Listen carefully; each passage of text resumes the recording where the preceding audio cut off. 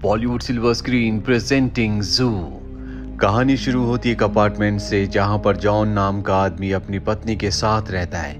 ये दोनों के दोनों डिनर की तैयारी कर रहे होते हैं और तभी टीवी पर न्यूज आती है कि शहर में एक वायरस फैल रहा है, इसीलिए सबको अपने घरों के अंदर रहना चाहिए। लेकिन जॉन इस न्यूज पर विश्वास नहीं करता। उसे लगता है कि फार्मास्यूटिकल कंपनीज इस तरह की अफवाह फैलाती रहती है ताकि उनकी दवाइयां ज्यादा से ज्यादा बिके। ये दोनों के दोनों इस न्यूज को पूरी तरह से नजरअंदाज करके सो जाते हैं। अगली सुबह जॉन जब बाहर निकलता है तो वो देखता है कि बिल्डिंग में एक बहुत बड़ा प्लेन क्रैश हो गया है। ये बहुत ही खतरनाक मंजर होता है। वहां पर जो लोग होते हैं वो बताते हैं कि शहर में सचमुच इन्फेक्शन फैल चुका है और जो भी लोग इन्फेक्टेड है वो दूसरे लोगों को काट रहे हैं। जॉन कर डर जाता है। अब उसे रात वाली न्यूज पर कुछ यकीन होना शुरू हो गया है, इसीलिए घर आकर वो अपनी पत्नी कैरन को सब कुछ बताता है। लेकिन कैरन उसकी बातों पर विश्वास नहीं करती और जब वो विंडो से नीचे सड़क पर देखती है तो वहां पर दो लोग एक आदमी को काट रहे होते हैं। ये देखकर उसका दिल दहल जाता है क्योंकि ये मंजर सच में बहुत खौफनाक है। कैरन को समझ में आ जाता है कि शहर में इन्फेक्शन फैलने की वजह से अब इन्हें घर पर ही रहना होगा। ये अपने घर में फूड सप्लाई चेक करते हैं। कैरन जॉन से कहती है कि हमारे पड़ोस में जो लोग घर पर नहीं है तुम्हें उनके घर जाकर फूड सप्लाई लानी होगी क्योंकि हमें नहीं पता कि हमें कब तक क्वारंटीन रहना है। हालांकि जॉन ऐसा करना तो नहीं चाहता लेकिन वो जाता है और खाने का बहुत सारा सामान लेकर आता है जिससे कैरन खुश हो जाती है। कैरन जॉन से कहती है कि हमें ज्यादा से ज्यादा खाने की सप्लाई को जमा करना होगा क्योंकि हमें नहीं पता कि आर्मी यहाँ पर कब तक आएगी।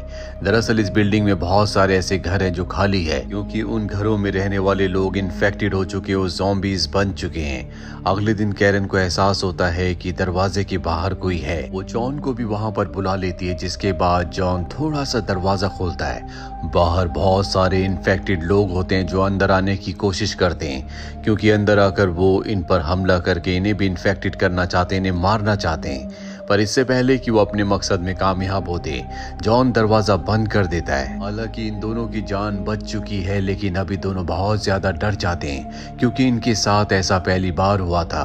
कैरन यहाँ पर जॉन को अपनी गन भी दिखाती है। दरअसल उसके पास गन होती है और अगले दिन एक बार फिर से इनके दरवाजे के बाहर कोई आता है। ये दोनों के दोनों डर जाते हैं और तभी इनका दरवाजा नॉक होता है।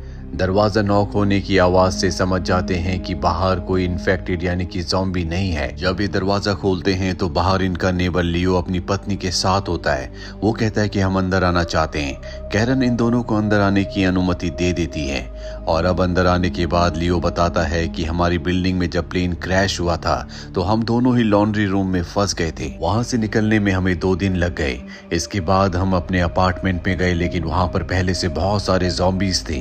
अपनी जान बचाकर हम तुम्हारे घर पर आ गए। 2 दिन से हमने कुछ भी नहीं खाया। क्या तुम हमें कुछ खाने के लिए दे सकते हो? जॉन और कैरन दोनों के दोनों किचन में आ जाते हैं। इन्हें कुछ समझ नहीं आता कि इन्हें अपने नेबर्स को खाना देना चाहिए या नहीं। फिलहाल ये तय करते हैं कि ये उन्हें खाना देंगे। ये उन्हें खाने के लिए कुछ दे देते हैं। कैरन उन दोनों से पूछती है कि अब तुम्हारा आगे क्या प्लान है। ये सुनकर वो कहते हैं कि अगर तुम चाहते हो कि हम यहाँ से चले जाएं तो हम बिना कुछ कहे यहाँ से चले जाएंगे।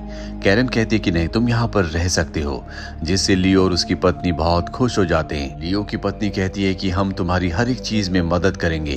कैरन कहती है कि इसकी कोई जरूरत नहीं है, तुम हमारे मेहमान हो। अगली सुबह ब्रेकफास्ट के बाद कैरन इन दोनों को कुछ न कुछ काम दे देती है और खुद आराम से जॉन के साथ बैठकर टीवी देखना शुरू कर देती है। लियो की पत्नी को देखकर बहुत गुस्सा आता है। वो लियो से कहती है कि जब भी हमें मौका मिलेगा हम इन दोनों को मार देंगे। और अब अपना काम खत्म करने के बाद जब ये कैरन और जॉन के पास जाते हैं तो वो दोनों सोफे में सो रहे होते हैं। यहाँ पर लियो की पत्नी कहती है कि ये सही मौका है, हमें इन्हें मार देना चाहिए। तभी कैरन की आंख खुल जाती है। लियो की पत्नी कहती है कि हम कुकीज बनाने के बारे में बात कर रहे थे, लेकिन कैरन ने उसकी बातें सुन ली होती है। वो कहती है कि हम अपने मेहमानों से खाना नहीं बनवाते, कुकीज मैं खुद बनाऊंगी। इसके बाद वो कुकीज बनाने के लिए किचन में चली जाती है लेकिन कुकीज के साथ वो बहुत सारी नींद की दवा भी डाल देती है। इन कुकीज को वो लियो और उसकी पत्नी को खिलाती है जिसे खाते वो सो जाते हैं। पर जल्दी दोनों के दोनों उठ जाते हैं।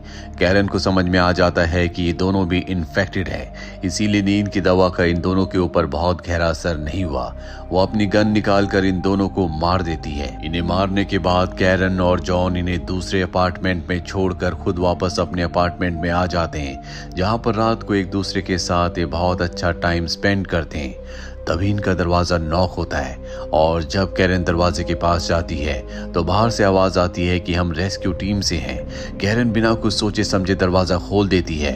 बहुत सारे लोग अंदर आ जाते हैं। दरअसल ये एक गैंग है जो यहाँ पर इन्हें लूटने के लिए आया है और अब ये इन दोनों को पकड़ लेते हैं। गैंग का जो लीडर होता है वो इन दोनों को बताता है कि इस बिल्डिंग में हर एक इंसान जा चुका है, सिर्फ तुम ही यहाँ पर बचे हुए हो। इसका मतलब ये है कि तुम्हारे पास कुछ ना कुछ यहाँ कीमती है। जॉन कहता है कि मेरी सबसे कीमती चीज मेरी पत्नी है, यानी कि कैरन। गैंग का जो लीडर होता है वो कैरन को कमरे में ले जाता है क्योंकि वो उसके साथ जबरदस्ती करना चाहता है, पर कैरन को यहाँ पर मौका मिल जाता है और वो गैंग के लीडर को मार देती है। तभी उसका साथी भी अंदर आ जाता है, पर इससे पहले कि वो कुछ समझ पाता पीछे से जॉन उसे गोली मार देता है। उसकी भी मौत हो जाती है और अब इन दोनों की बॉडी को अपार्टमेंट से बाहर रख देते हैं। कैरन और जॉन को समझ में आ चुका है कि इस पूरी बिल्डिंग में इन दोनों के अलावा कोई भी नहीं है। या तो लोग ज़ॉम्बीज बन चुके हैं यानी कि इन्फेक्टेड हो चुके हैं, या फिर यहाँ से जा चुके हैं। इन्हें कुछ समझ नहीं आ रहा होता कि अब इन्हें क्या करना चाहिए। तभी इन्हें हेलीकॉप्टर की आवाज़ आती है। समझ जाते हैं कि रेस्क्यू टीम यहाँ पहुंच चुकी है।